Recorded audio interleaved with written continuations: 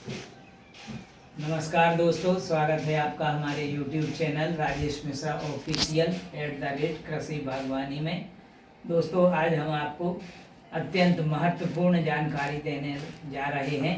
हमारे साथ में हैं श्री राज नेमा जी, जो कि रिसर्च स्कॉलर हैं और कृषि के क्षेत्र में कृषि उत्पादों पर आप रिसर्च कर रहे हैं। तो राज नेमा जी से हम आज मशरूम के औषधीय गुणों के बारे में जानेंगे और मशरूम की प्रोसेसिंग कैसे की जाती है इसके संबंध में विस्तार से जानेंगे। नेमा जी, आपका हमारे चैनल पर स्वागत है। तो नेमा जी, आप बतलाइए कि मशरूम जो ताज़ा मशरूम होता है, इसको कैसे मूल्य संवर्धन इसका कैसे किया जाता है, कैसे इसको का प्रोडक्ट बनाया जाता है, कैसे इसका मूल्य संवर्धन करें, इस पर थोड़ी आप जानकारी। जी बिल्कुल सर ने इसे सर का बहुत अच्छा प्रश्न है कि सर ने पूछा है कि आपका मशरूम आपने उत्पाद कर लिया।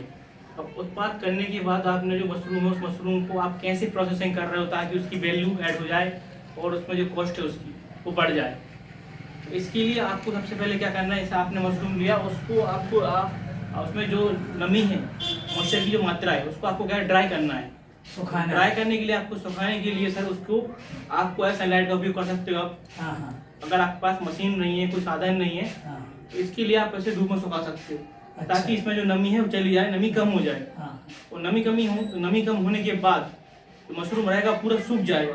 और सूखने के बाद इसे आप प्रोसेसिंग करके इसे पाउडर के रूप में जो हमने एक उत्पाद बनाया है, आपके सामने दिख रहा हुआ है, एक पाउडर के रूप में सर हमने मशरूम को बनाया। सुखाने के पश्चात पीस कर इसको मशीन के द्वारा इसे मशरूम को सुखाने के बाद इसे पीसने के बाद इसका हमने एक पाउडर बनाया।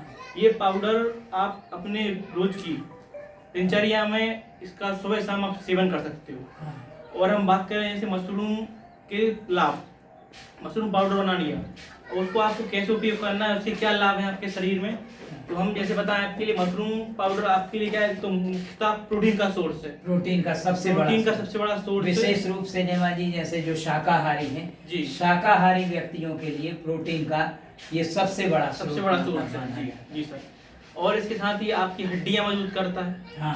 और जो शुगर बीपी के पेशेंट हैं उनके लिए तो एक वरदान के रूप में काम कर रहा है।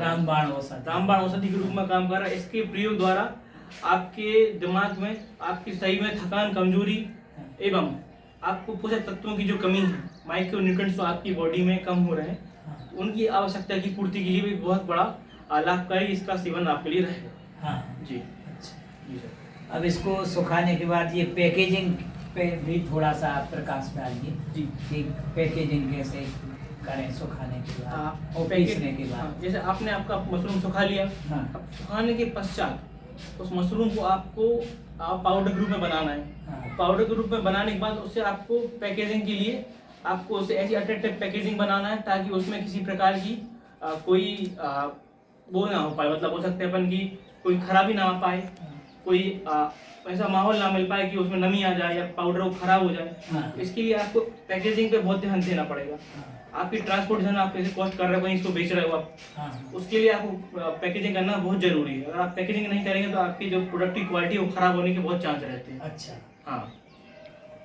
अच्छा, इसको स्टोरेज कैसे करें, इसका स्टोरेज कैसे करें, कहाँ कैसे वातावरण में रखें? स्टोरेज के लिए सर आपने इसका प्रोडक्शन कर लिया, आफ्टर देन इसके बाद आपको स्टोरेज के लिए ठंडे वातावरण, जहाँ पे कम तापमान हो, छायादार स्थान हो, अच्छा, और धूप बिल्कुल, प्रकाश बिल्कुल ना आए उस स्थान पर, ऐसे स्थान पे आपको स्टोरेज करना है जहाँ कम तापमान रहे, हवा का आवागमन बना रहे।